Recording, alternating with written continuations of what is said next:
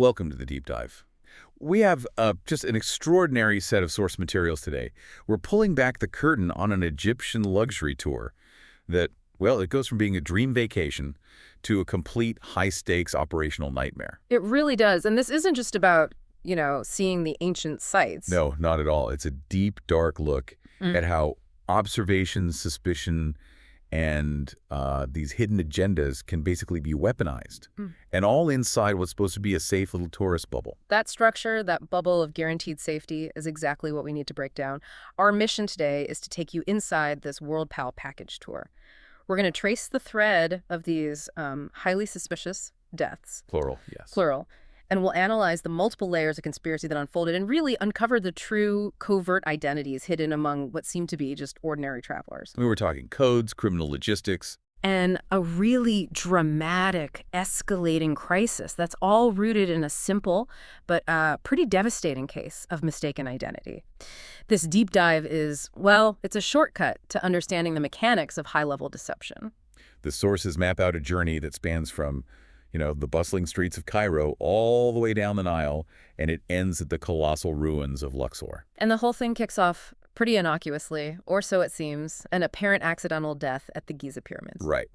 But within, 24 hours? The escalation is just dizzying. You've got a string of attacks, espionage, and these startling reveals that confirm that almost everyone on that bus had a secret. And it doesn't matter if they were the villains, the victims, or even the rescuers. It's a compelling case study on the failure of perceived safety. When you put a group of disparate people together in this enclosed, highly structured environment, their established routines and, their social roles, they become both their camouflage and their vulnerability. And we'll see how the most unassuming people leveraged that exact vulnerability for profoundly different ends. Okay, let's jump right in. We really need to unpack this entire sequence, starting with the first victim and setting the stage on a very, very tense Sunday in Cairo. The itinerary for this World Pal tour is, it's classic Egyptian luxury. You've got Giza, the Sphinx, ancient Memphis, Saqqara, the Egyptian Museum. The whole deal. But our narrator, she's a high school history teacher who we're relying on for our insights, she immediately notes that the atmosphere is far from relaxed. And that environment is absolutely key. This isn't some relaxed, backpacking trip where you do what you want. No.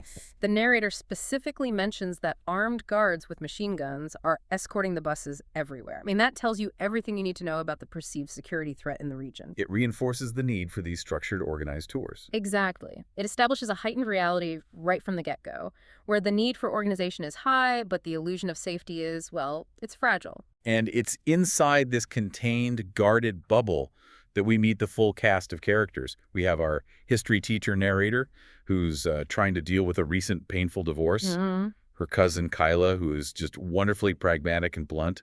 The cheerful DJ in Nimi Gavaskar. The newlyweds Keith and Dawn Kim. And there's the grumpy Jerry Morrison and his daughter Kathy. Right. And the funny, easygoing Australian couple, Ben and Lydia Carpenter. And, of course, the instantly memorable Ditz duo, Flora and Fiona, who claim to be sisters. And the initial social dynamic is just textbook tour group behavior, isn't it? People making quick judgments, forming little cliques. And universally sharing one single experience. Their annoyance with the first victim, Millie Owens. The pressure cooker environment of that tour bus just amplifies all these petty frustrations into something more. Millie Owens. Okay, so she's 55, pushy, perpetually catty, and she seems to exist only to grate on people's nerves by constantly snooping. The narrator says that her behavior was so intolerable, she actually looked up the Egyptian phrase for pepper spray. Which is hin. That's a whole new level of dislike. And importantly, just before the incident, the narrator had caught Millie actively rooting through her backpack on the bus. And this is more than just social dysfunction. It's the perfect camouflage. Millie's universally obnoxious behavior gave her a cover story for always being close to people, for paying attention to their belongings. No one saw it as espionage? No, they just saw the actions of a terrible, annoying woman. And the fact that she was so universally disliked, that dictates the group's reaction to her death. Which is minimal, to put it mildly. When her body is discovered at the base of the Great Pyramid, it's described as a brightly colored heap of clothes. And the prevailing emotion isn't grief or shock. It's worry. Practical worry about their schedule being disrupted. The narrator even reflects on how weird it is that she's wishing the annoying woman would just pop up and start complaining again, just to restore some sense of normal. It's a really sharp psychological insight into group dynamics under stress. The murder hasn't just removed a person, it has completely shattered their fundamental assumption of safety. And the initial ruling from the authorities, death by falling from the pyramid, is immediately suspicious. Oh, absolutely. The official story is a tragic accident that happened while she was climbing the massive blocks. But you have to ask yourself, how does a middle-aged woman, especially one who demands attention at all times, how does she manage to climb the gigantic, poorly maintained blocks of the Great Pyramid completely unseen? It just doesn't add up. It contradicts the security environment. It contradicts Millie's entire personality. Even the geometry of the climb suggests it would be difficult and very, very conspicuous. So the official ruling is clearly designed to be the quickest, neatest explanation. Of course. It's for authorities who desperately want to minimize panic and, keep the tourist dollars flowing. And that leads us to the dramatic confirmation of violence that same Sunday evening. The group is gathered at the majestic Minna House Hotel bar, trying to process this weird, subdued atmosphere. And Alan Stratton, the attractive widower who had been spending time with Kyla, he delivers the bombshell. He reports police activity at the front desk, and not just paperwork. No, this is serious. And he delivers the shocking truth that forces the whole tour group to confront reality. Millie Owens wasn't killed by a fall. She was stabbed in the back of the neck. And died so quickly that she probably broke her neck on the way down after being pushed.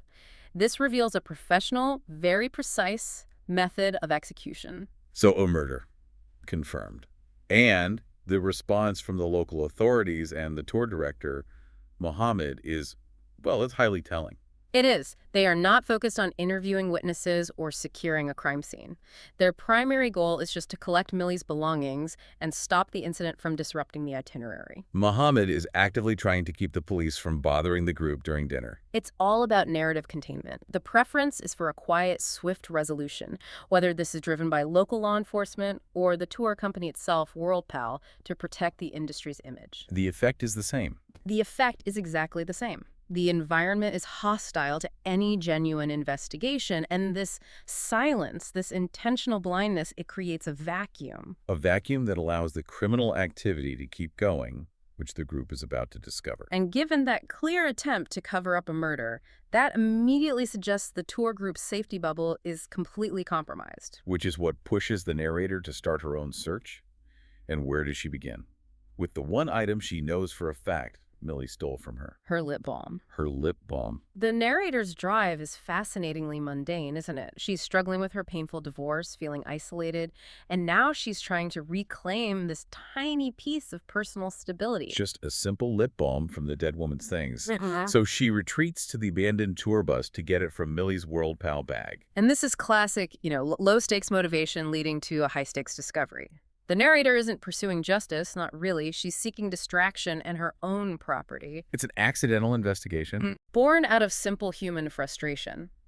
And it leads her directly to the organized crime operating right beside her. So she unzips this navy blue canvas WorldPal bag. Right. She's expecting, what, sunblock and postcards, tourist junk. But instead, she finds Millie's spy toolkit. And this collection of stolen items is vital because it maps out Millie's entire operation and her proximity to her targets. Okay, let's analyze this inventory because each item is like a little forensic clue to what Millie was doing. Absolutely. What's first? First, a silver cigarette lighter engraved with LC. LC, that immediately points to Lydia Carpenter, the Australian half of that seemingly funny, easygoing couple. And why steal a lighter? Well, it's a personal item, right? It could be used for drugs, or maybe it's just something that requires close contact to pocket. But it implies Lydia was under intense, close observation. Okay, next up, a gold pen. A gold pen. That likely belongs to a businessman or someone who deals with a lot of paperwork. So that could be Jerry Morrison, the lawyer, or maybe Keith Kim, the lab worker. And again, it's subtle. Easy to pocket. And it requires close access to the owner's pockets or their bag. Then, Yvonne Devance's coin purse. And Yvonne is the narrator's insightful friend, a bit removed from the main group. A coin purse. That suggests Millie wanted quick cash, or maybe evidence of currency exchanges, illicit payments perhaps. It confirms she was just indiscriminately invading everyone's privacy, even people she was friendly with. And then it gets weird. A hairbrush filled with long black hair. Now that is the most professional piece of theft in the bag. Why would you steal a hairbrush unless you are gathering DNA or some kind of forensic evidence? So she was looking for identity confirmation. Or chemical traces. It likely points to either Dawn Kim, the new wife, or Fiona, half of the Ditz duo. Both are noted for having long, dark hair, and this moves her intent beyond just gossip and into actual intelligence gathering. And finally, the cornerstone of it all. A non-tourist, intricately carved jade amulet with an Arabic inscription. Yes, the narrator describes it as well-worn, definitely not something you pick up in a tourist stand. So this is it. This is the definitive proof of the smuggling operation. It has to be. The amulet is the goods, or at least a marker for the goods. It suggests Millie had intercepted or stolen something tied directly to illicit trade, which confirms her motive wasn't just petty theft. It was observation that stumbled upon a crime ring. And her petty thievery was the perfect smokescreen for it. I mean, who would believe a woman stealing lip balm was also uncovering a sophisticated smuggling operation? Exactly. And the true key to understanding her espionage is the red notebook, her stolen travel diary, which contains these specific, shrewd, and highly coded observations of the group members. This notebook is a testament to her intelligence. She may have been personally obnoxious, but she was a highly astute observer of criminal behavior. Let's look at the coded profiles, because they reveal the breadth of the conspiracy she uncovered. Okay, lay them on me. First, subject, woman, near 45, plastic surgery, living beyond her means. Okay, a profile built on appearance and financial speculation. This could be Lydia Carpenter, Dawn Kim, or another secondary character, Susan. But it shows Millie was focused on analyzing the discrepancies between how people look and what their reality might be. Second, subjection B, rude bully, lies about Paris, possibly not Kathy Morrison's real father. A direct hit on Jerry Morrison, the abrasive lawyer. And that entry is interesting because it suggests Millie wasn't just looking at criminal activity, she was also leveraging personal vulnerabilities, these deep-seated family secrets, maybe for blackmail? She knew how to exploit the human element. Absolutely. Third, and this is the most critical one, subjection C and D. Sisters, superficial resemblance, older one hiding something. And this is the Ditz duo, Flora and Fiona, who claim to be sisters. Millie immediately saw through the facade. The superficial resemblance suggests they weren't genetically close, and the hiding something part, that's the crucial insight that later proves fatal for her. But that entry basically signed her death warrant. It did. Fourth, subject C, smuggling something, fake artifacts. This points directly to DJ Gaviskar. He was known for his obsessive haggling and filling his suitcase with these worthless statues. And this shows Millie understood that sometimes smuggling involves artifacts that are deliberately bad quality. As a decoy. Maybe as a decoy or to mask high-value items hidden inside them. And finally, the wildest one. Subjector F, suspected tour company owner, may have killed a vendor in another country. This targets Alan Stratton, the attractive widower, or maybe Mohammed. It shows Millie's suspicion of anyone with unexplained behavior or authority. She clearly sensed Alan's cover story was thin, and she was trying to link him to the overarching operation. The conclusion is just undeniable. Millie's extensive, highly effective snooping uncovered a vast, multifaceted criminal conspiracy operating within the World Pal Tour. She collected evidence, profiles, secrets, and that ultimately culminated in her precise execution. The murder was not random, it was strategic. And as the tour moves on, the narrator, just because she's becoming more familiar with the group, is unknowingly dragged into this criminal dynamic because of one specific crucial code. Utah and sisters. The mistaken identity plot starts right here. It does. They're at a silk carpet factory, which is likely a planned exchange point, and a salesman zeroes in on the narrator, completely bypassing the actual smugglers. He asks if she's very late, and specifically if she's from Utah, and then he tries to usher her into the back room. And the narrator is, appropriately freaked out and completely confused by this state-specific code. And she's saved, ironically, by Alan Stratton, who minimizes the whole thing as just part of the culture. A dismissal that, in retrospect, looks a lot like a protective maneuver, doesn't it? It really does. This is our first definitive proof that the narrator and her cousin Kyla are being targeted. Why? Well, Flora and Fiona, the true masterminds, they claim to be sisters. The narrator and Kyla are cousins who look similar, they're often mistaken for sisters, and they're traveling together. The smugglers' network likely knew the sisters from Utah were coming, but the description was just vague enough for this mistake to happen over and over again. Later that night, the narrator overhears a high-stakes, Very strained phone call. Yes. A big man, likely Muhammad, is talking angrily about a cancellation, about how they're being watched, and that they have to try again later. This confirms organized criminal coordination is operating right around the narrator. It connects that failed Utah exchange to the operational panic, and the next day, the tension ratchets up even further at the airport, Kyla's curling iron. flagged as a pipe bomb. Alan intervenes immediately, but his focus is suspiciously specific on Kyla's bag. It suggests he's not just protecting tourists, he's actively searching for evidence or trying to disrupt an operation. So we have a murder, espionage, a vast list of conspirators, and now this persistent, dangerous case of mistaken identity centered on two women from a specific American state. The Utah connection is the primary structural flaw in the criminal network's communications, and it's what's going to drive the rest of the plot. The failure of that code, which relies on a superficial resemblance, sisters versus cousins, is what keeps putting the narrator in mortal peril. It means she is now receiving communication intended for murderers and smugglers. The story really pivots from just localized suspicion to clear operational danger on Tuesday morning during the excursion to Abu Simbel. Yes, and this is where the humanitarian plot thread begins with the introduction of the changeling Jane. The setup is just perfect. The Carpenters, that affable Australian couple, they seem so normal, which makes their deception incredibly effective. They explain their niece, Jane, missed the first few days due to Mummy's revenge. Oh, highly convenient and totally believable tourist ailment. But the narrator, our sharp high school history teacher, she has an incredibly keen eye, honed by years of observing teenagers.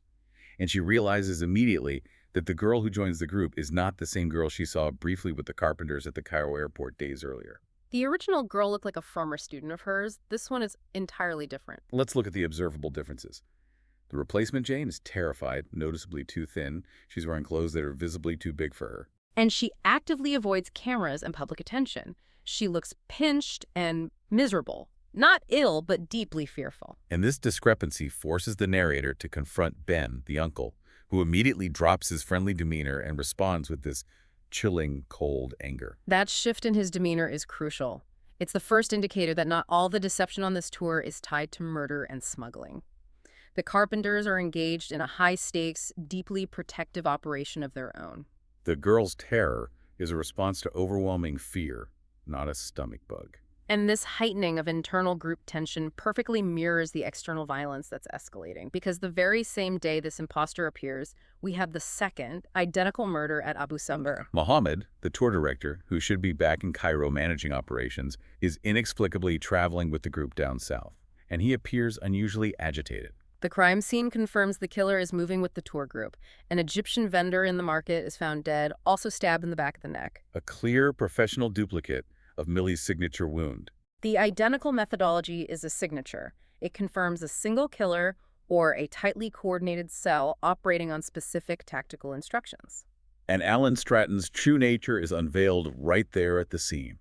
He speaks fluent Arabic, far beyond tourist proficiency, and immediately checks the body. What was he doing, specifically, when he focused on the vendor's hands and fingertips? That's investigative tradecraft. When you're dealing with a body that might be involved in illicit activity, an investigator checks hands and fingertips for residues, signs of recent labor, defensive wounds. Or in this case. More importantly here, signs of occupation, like calluses or specific stains from materials such as diamonds or other contraband goods. Alan isn't just curious, he is actively analyzing the victim's professional connection to the smuggling operation. He's confirmed as an operative who is prioritizing investigation over maintaining his tourist cover. Definitely. The violence is now officially tracking the tour group. As they transition to the ship cruise down the Nile, we get more confirmation that the group is just riddled with low-level criminality, which contributes to the overall chaos. The Nimi Gavaskar incident in the cruise ship's gift shop is a perfect example. Oh, yes. The narrator catches Nimi, who appears wealthy and socially elite, trying to shoplift an expensive gold Eye of Horus ring. And she's only forced to buy it when the narrator loudly and pointedly admires the ring right in front of the clerk. It just shows that the criminal intent isn't limited to the masterminds. People all across the social spectrum within the tour group are exploiting these security gaps for their own gain. And the mistaken identity becomes potentially lethal again at Edfu. The narrator is targeted yet again by hawkers calling her Utah. And an elderly man intervenes in the stall, hands the narrator a beautiful, expensive necklace, says the deal stands, and tells her to go quickly. This is the critical moment, isn't it? It is. The smuggling network has finally succeeded in making contact using the Utah Sisters Code. The narrator, still believing this is all just a big misunderstanding, has now accidentally received the actual contraband goods. A high-value object needed for the next phase of the operation. She is now holding the package. The moment she accepted that necklace, she ceased to be a passive observer and became the primary target. A fact that is brutally confirmed on Thursday, during the visit to the Valley of the Kings, inside the tomb of Tutankhamun. The setting is terrifying. They're in this small, deep well chamber, and the lights suddenly go out. This is a deliberate, tactical move to create panic and cover the attack. Being stranded over a chasm in pitch blackness is the definition of vulnerability. In that moment of absolute darkness and panic, the narrator is shoved hard, narrowly avoiding a fatal fall. Her arm is slit with a hairline slice, a clean cut, suggesting the attacker was going for her purse or her throat. The attack confirms the brutality and the focus of the criminals. They want the necklace she got at Edfu. That slice on her arm is both a warning and a physical reminder that they are closing in. And Ellen is there, of course, pulling her to safety, which again provides him with cover for being hyper-present at every single crisis point. But the initial attempt failed, so the attack escalates that night near the ship's gift shop. The narrator is ambushed, knocked unconscious. And the valuable necklace is finally stolen. The sequence confirms a successful interception by the true criminals. What's fascinating here is the logistical failure of the crime ring. They had 2 chances to communicate with the actual sisters from Utah, but because the narrator and Kyla were visually similar and happened to be there, they became the proxies.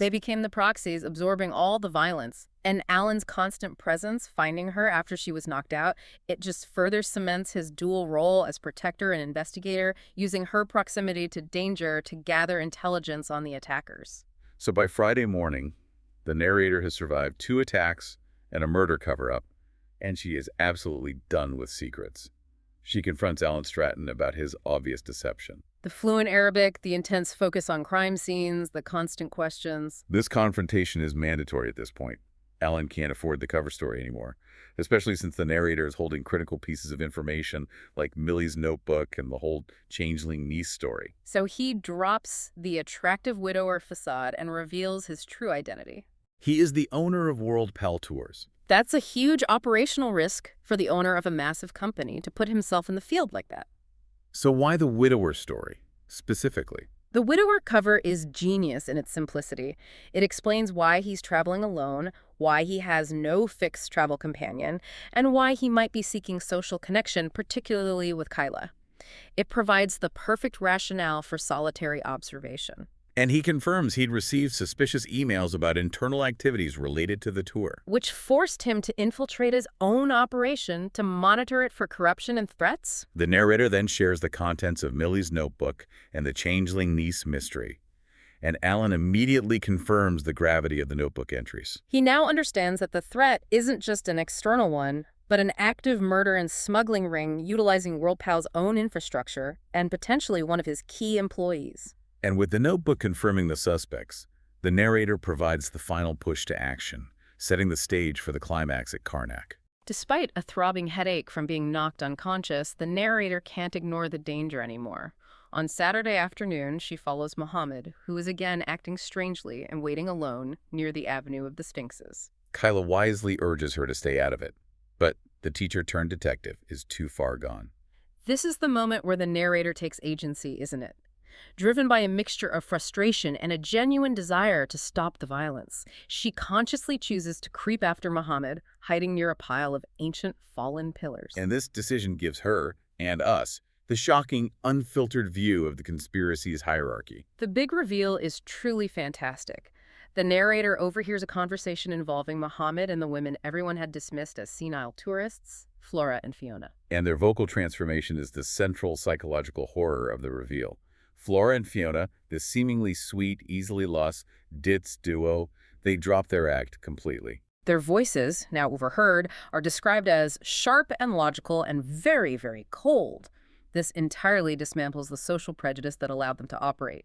The assumption that the elderly, particularly elderly women, are harmless and incompetent. And they confess their crimes right there with chilling clarity. Flora admits to killing Millie Owens, and the reason. Because Millie saw the statue smuggling activity, likely witnessed an exchange or a transfer. And, critically, noted it in her diary.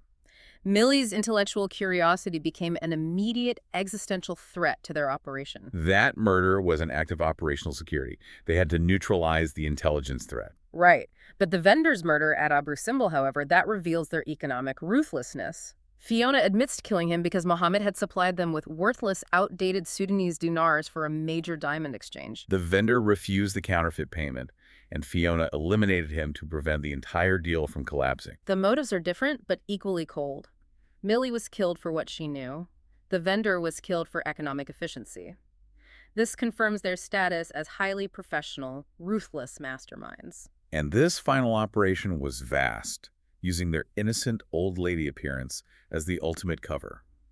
Mohammed was merely the local logistics organizer in Egypt. Setting up the exchanges, handling the local contacts. Crucially, Mohammed admits he stole the necklace from the narrator to prevent Flora and Fiona from killing her for it. This confirms the narrator had indeed accidentally completed the Edfu exchange. So while he's a criminal, Mohammed drew the line at unnecessary murder and saw the narrator as a liability he needed to manage without killing her.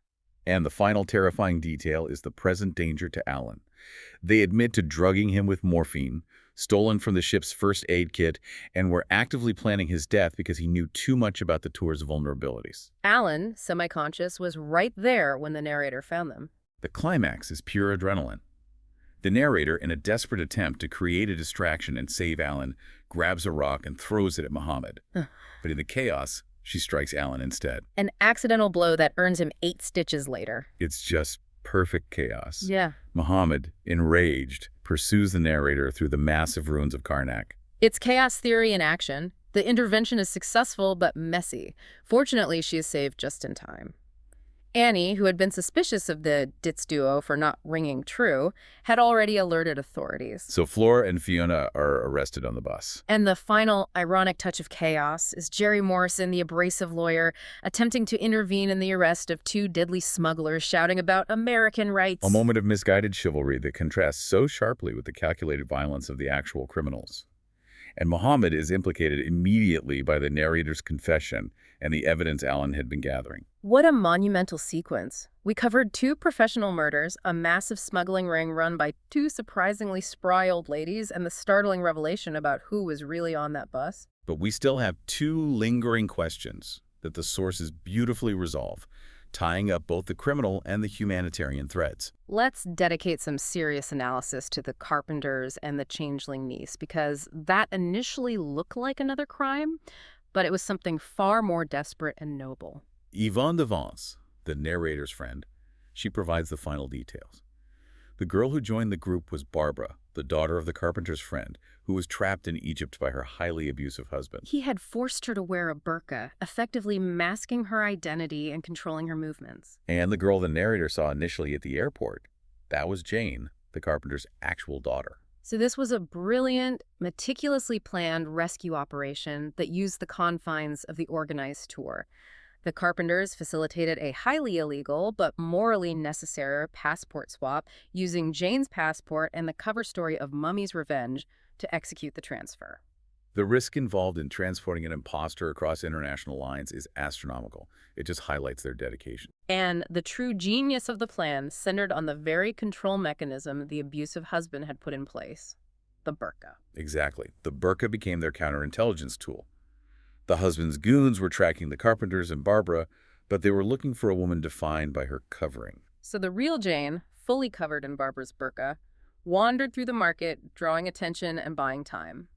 This action convinced the goons that the woman they were tracking was still local. While Barbara, using Jane's passport and a less conspicuous travel identity, safely escaped to the hotel and eventually out of the country. They exploited the safety protocols of WorldPal to execute a humanitarian mission. This subplot powerfully illustrates how desperate and dangerous life was outside that privileged tourist bubble, and how good people were willing to exploit that same tourist bubble, not for profit, but for rescue and liberation. It contrasts so sharply with Flora and Fiona's exploitation for greed. And it reinforces a critical point.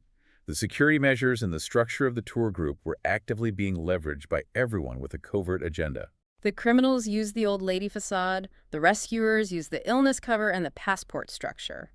The lesson here is that the most inconspicuous, seemingly normal people often carry the most important and often dangerous secrets and missions. The final resolution centers on Alan Stratton and the narrator's future. Alan fully recovers, despite the narrator's accidental rock throwing.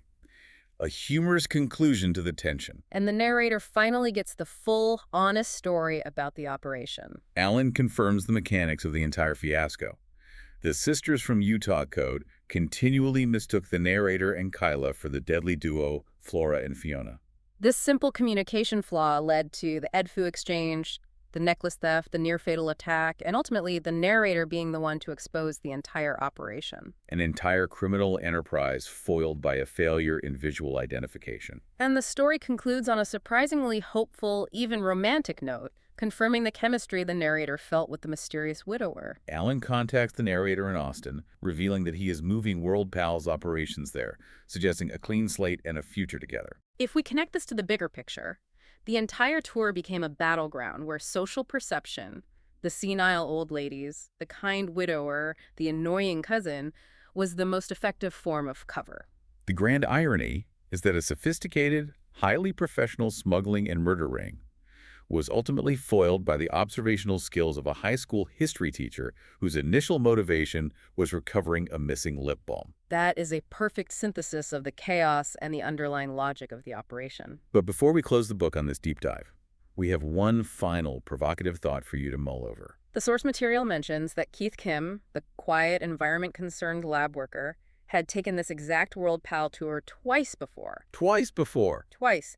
Considering the established complexity of Flora and Fiona's smuggling operation, which used the tour structure so effectively, we have to ask, what was Keith really doing on his previous trips? And why was he so eager to return, even with a new wife? Was he a silent partner, a scout, or just a deeply unluckily habitual tourist? Something for you to ponder and explore on your own until the next deep dive.